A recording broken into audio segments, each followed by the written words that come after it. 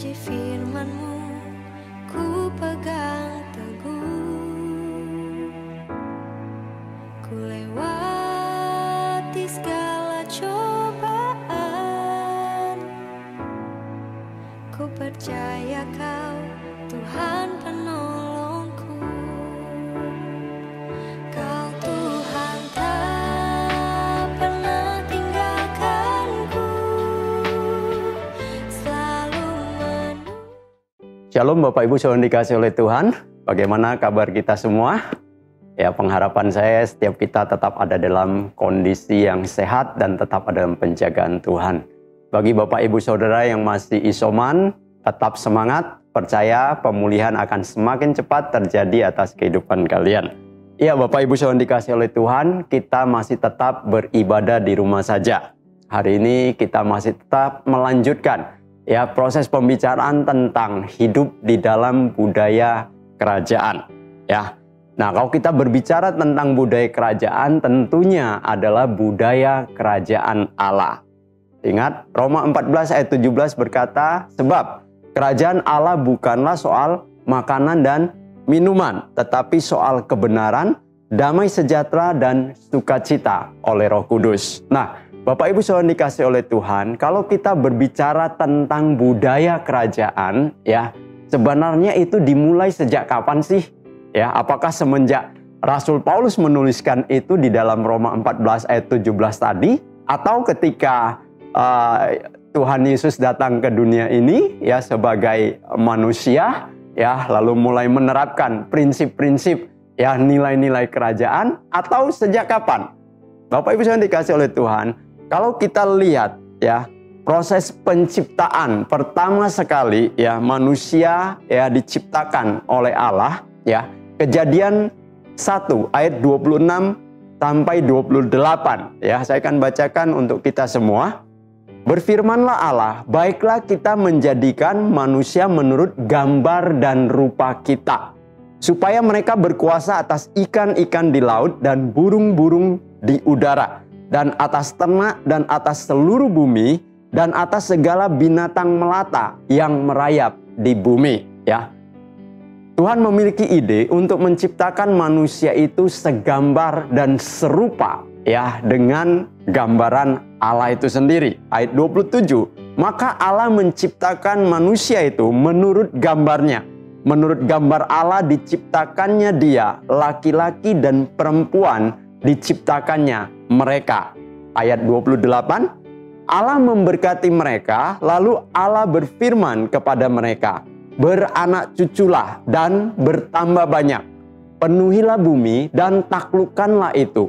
Berkuasalah atas ikan-ikan di laut dan burung-burung di udara dan atas segala binatang yang merayap di bumi.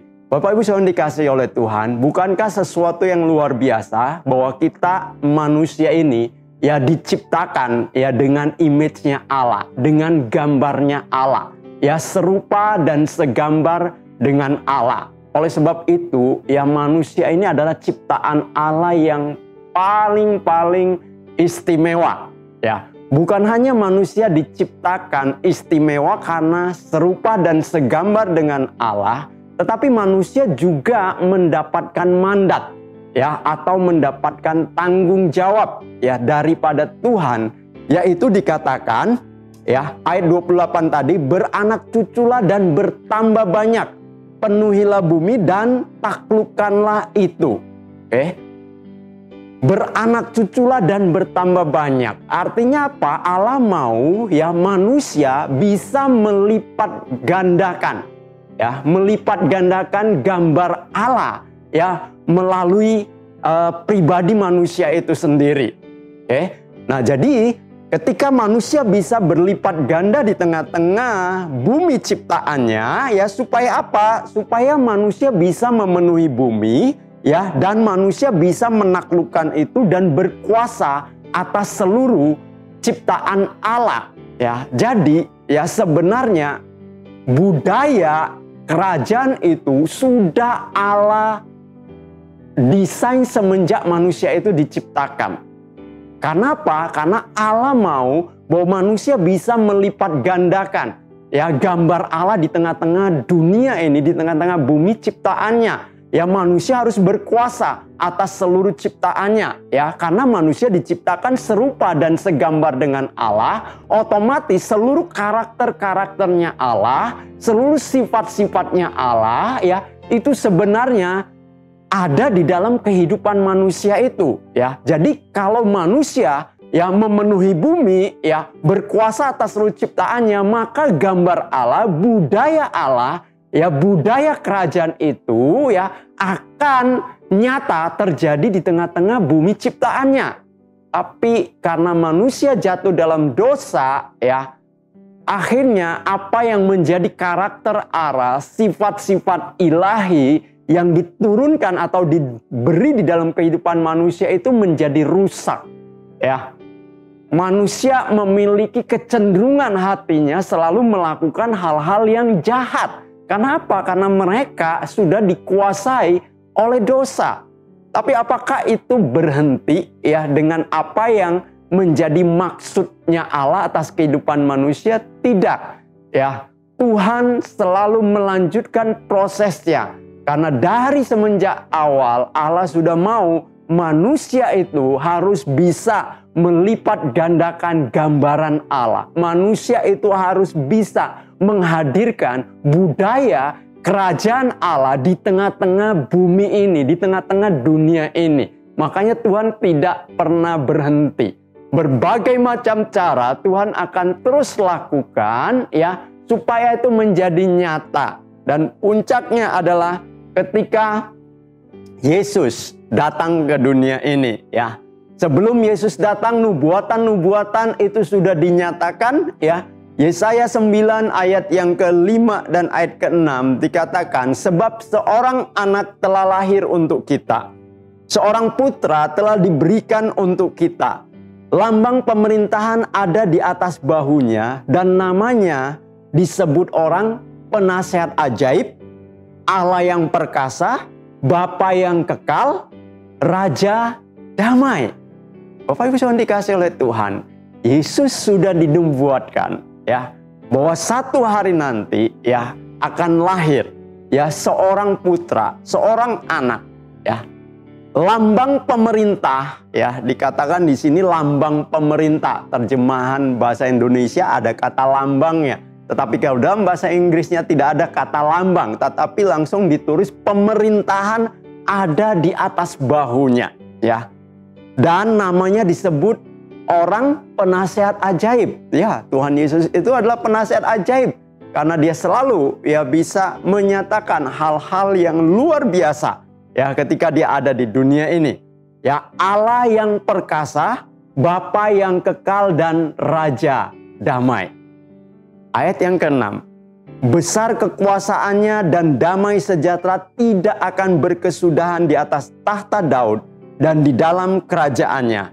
Karena ia mendasarkan dan mengokohkannya dengan keadilan dan kebenaran dan sekarang sampai selama-lamanya. Kecemburuan Tuhan semesta alam akan melakukan hal ini. Nah, Bapak Ibu saudara dikasih oleh Tuhan, ya. Ketika Yesus ada di tengah-tengah dunia ini. Minggu lalu saya sudah mengatakan ketika murid-murid melihat Yesus, ketika murid-murid mengikuti Yesus, lalu mereka mulai berpikir bahwa Yesus ini akan menjadi seorang raja. Betul, Yesus akan menjadi raja. Ya, raja yang tidak seperti apa yang mereka pikirkan. Ya, karena yang namanya raja selalu identik dengan kekuasaan, ya, identik dengan kekuatan, ya, identik dengan kekuasaan, ya, identik dengan kemewahan dan kekayaan. Ya, tetapi raja di sini, ya, katakan Tuhan Yesus itu adalah raja damai. Jadi tidak ada kekerasan, ya, tidak ada yang namanya unjuk kekuatan, tidak ada namanya unjuk kekuasaan, ya, atau segala sesuatu yang selama ini ditunjukkan oleh raja-raja yang ada di dunia.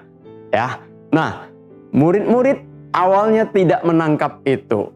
Masih ingat mereka sempat memperebutkan atau meributkan siapa yang akan di sebelah kanan, sebelah kiri, siapa yang akan menjadi yang terbesar ya di tengah-tengah kerajaan tersebut dan hal-hal lainnya ya yang ada di dalam otak mereka ya. Raja pasti identik dengan raja-raja pada umumnya. Tetapi Tuhan Yesus menunjukkan bahwa dia adalah raja yang berbeda. Dia adalah raja, disebut raja damai. Ya, kehadiran dia harus bisa menghadirkan satu budaya kerajaan tentang yang namanya damai. Ingat, kerajaan Allah berbicara tentang apa? Bukan hanya soal makanan dan minuman, tetapi kebenaran, damai, dan sukacita oleh Roh Kudus. Jadi Bapak Ibu Saudara yang dikasihi oleh Tuhan, luar biasa sekali kalau kita melihat bagaimana Tuhan Yesus ya mengajarkan kita sebagai orang-orang yang mau mengikuti Dia, sebagai orang-orang yang mengakui Dia sebagai Tuhan di dalam kehidupan mereka. Tuhan Yesus mengajarkan dengan jelas kalau kita membaca di dalam Matius 5, 6, 7. Bagaimana kita melihat ada satu perbedaan yang sangat mencolok ya, yang selama ini diajarkan oleh orang-orang yang menyebut dirinya orang-orang beragama ya, dengan yang diajarkan oleh Tuhan Yesus. Ahli-ahli Taurat, orang-orang Farisi ya, dan imam-imam mengajarkan hal-hal yang kelihatannya seperti bertolak belakang dengan apa yang Tuhan Yesus ajarkan ya.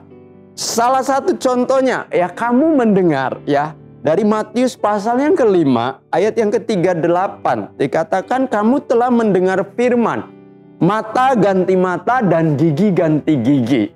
Ya, kita membaca di renungan Aba kita ya beberapa waktu lalu dari kitab Keluaran bagaimana Tuhan memberikan hukum-hukumnya kepada Musa untuk diberitahukan kepada bangsa Israel pada waktu itu. Ya, ada hukum-hukum yang rasanya ya agak mungkin sulit ya untuk dipenuhi sebagai manusia ya. Bahkan mengajarkan hal-hal yang kadang bukan menakutkan ya, tetapi sepertinya tidak ada kasih di dalamnya ya. Makanya di dalam Matius 5 ayat yang ke-38 dikatakan kamu telah mendengar firman, mata ganti mata dan gigi ganti gigi. Kalau ada seseorang yang membunuh, maka dia juga harus dibunuh. Kalau ada seseorang berzina, maka dia harus juga dihukum mati ya. Pokoknya ya, segala sesuatu itu harus diperlakukan sesuai dengan apa yang telah dilakukan oleh mereka ya. Ayat 39 dari Matius 5 ini, tetapi aku berkata kepadamu, janganlah kamu melawan orang yang berbuat jahat kepada kamu, melainkan siapapun yang menampar pipi kananmu, berilah juga kepadanya pipi kirimu. Wow, Bapak Ibu jangan dikasih oleh Tuhan ya. Apakah ini sesuatu yang mudah? Enggak. Ya, pasti sulit.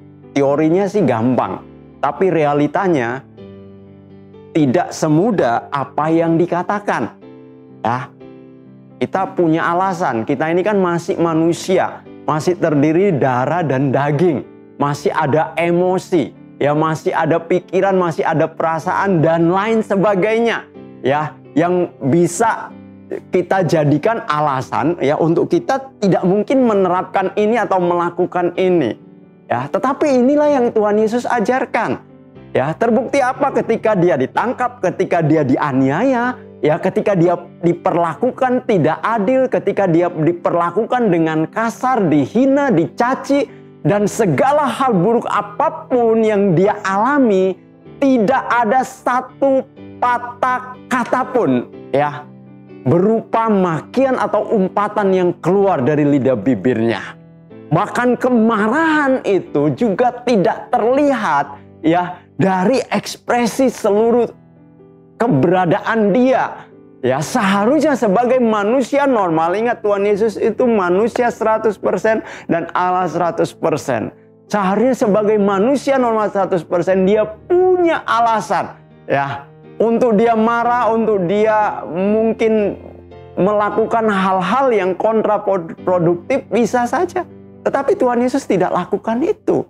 Kenapa? Karena dia sedang ingin menunjukkan kepada setiap orang yang mau mengikuti dia, inilah nilai-nilai atau inilah budaya kerajaan yang harus mereka hidupi. Ya. Jika ada orang yang menampar ya pipi kananmu, berilah juga kepadanya pipi kirimu. Dan kepada orang yang hendak mengadukan engkau karena mengingini bajumu, serahkanlah juga jubahmu. Ya. Dan siapapun yang memaksa engkau berjalan sejauh 1 mil, berjalanlah bersama dia sejauh 2 mil. Ya, lakukan sesuatu yang ekstra. Bapak Ibu Saudara yang dikasihi oleh Tuhan, inilah yang Tuhan ingin kita lakukan sebagai orang-orang yang mempercayai Dia.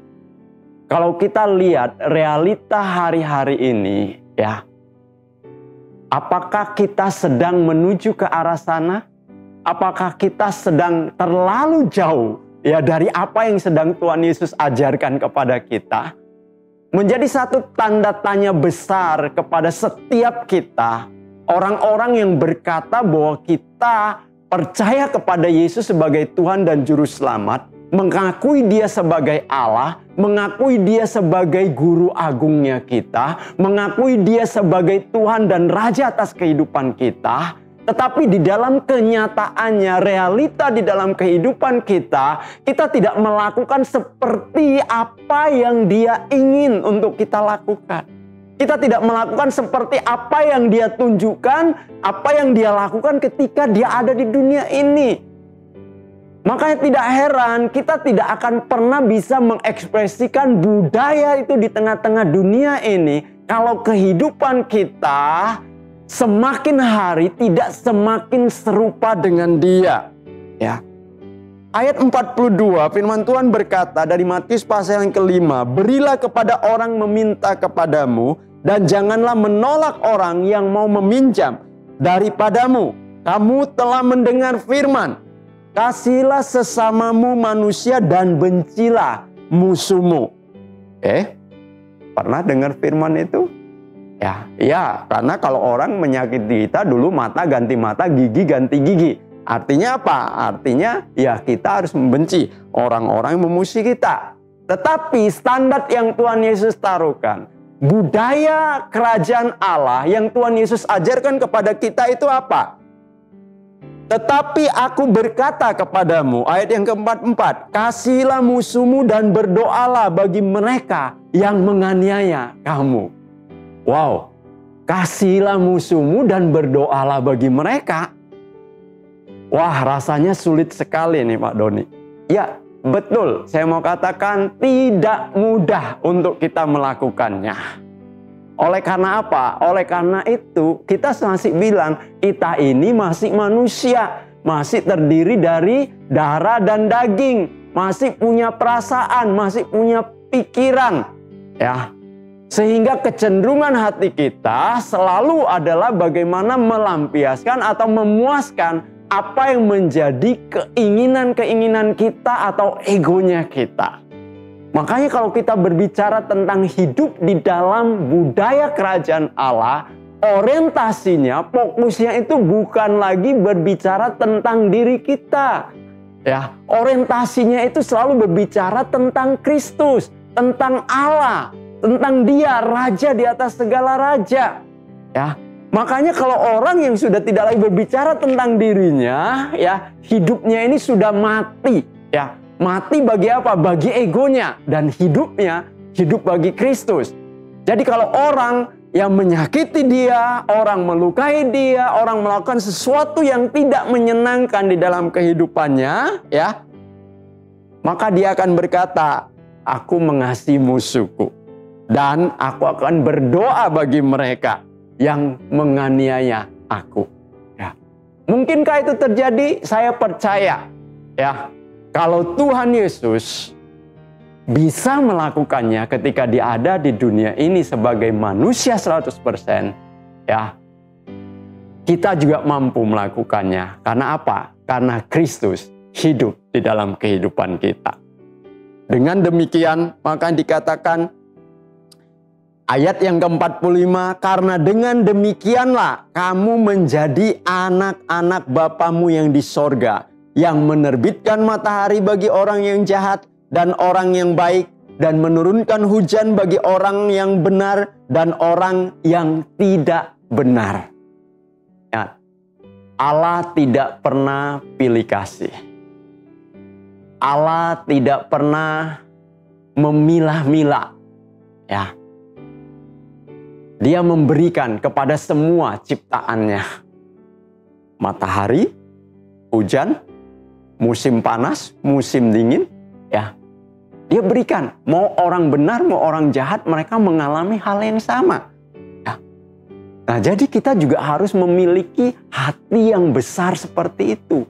Karena itu adalah gaya hidup atau budaya kerajaan Allah. Ya. Nah, jadi Bapak Ibu Saudara yang dikasih oleh Tuhan, ya. Ayat yang ke-48 dari Matius pasal yang ke-5 dikatakan, karena itu haruslah kamu sempurna, sama seperti Bapamu yang di surga adalah sempurna. Ya, ingat kita selalu menyinggung, ya, tujuan kekristenan kita apa sih? Ya, sekedar masuk surga, sekedar hidup selamat, ya. Kalau seperti itu berarti kita adalah orang yang egois, yang hanya memikirkan diri kita sendiri. Tetapi tujuan kekristenan kita adalah keserupaan dengan Kristus, yaitu sempurna, sama seperti Bapa kita yang di surga itu adalah sempurna. Sempurna apanya? Ya, sempurna di dalam seluruh konsep berpikirnya, prinsip hidupnya, nilai-nilainya, budayanya, gaya hidupnya. Sempurna. Sama seperti Bapa kita yang di surga adalah sempurna. Jadi Bapak Ibu Saudara dikasih oleh Tuhan, kalau kita mau berbicara tentang hidup di dalam budaya kerajaan, ya, mulailah dari hal-hal yang sederhana. Bagaimana kita bisa mengasihi, ya, orang-orang yang mungkin membenci kita? Bagaimana kita bisa mengampuni orang-orang yang menyakiti kita?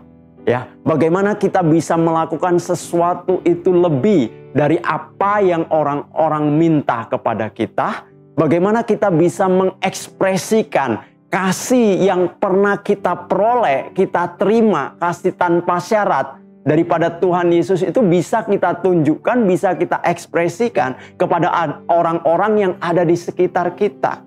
Ya, bagaimana kita bisa menunjukkan ada satu standar kehidupan kita itu berbeda dengan standar orang-orang yang tidak mengenal Allah.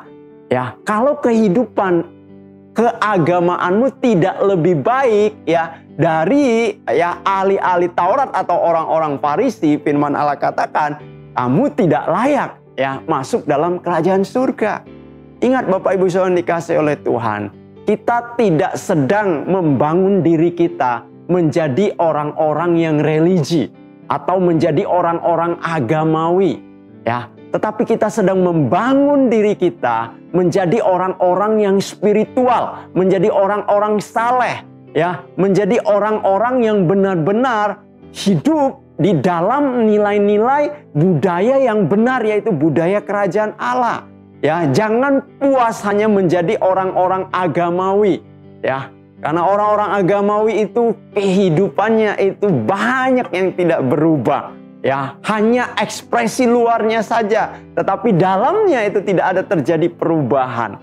Makanya Tuhan Yesus sangat tidak suka sekali, ya, dengan orang-orang yang religi, yang ada agamawi saja, ya, tetapi yang tidak menunjukkan perubahan di dalam keberadaannya.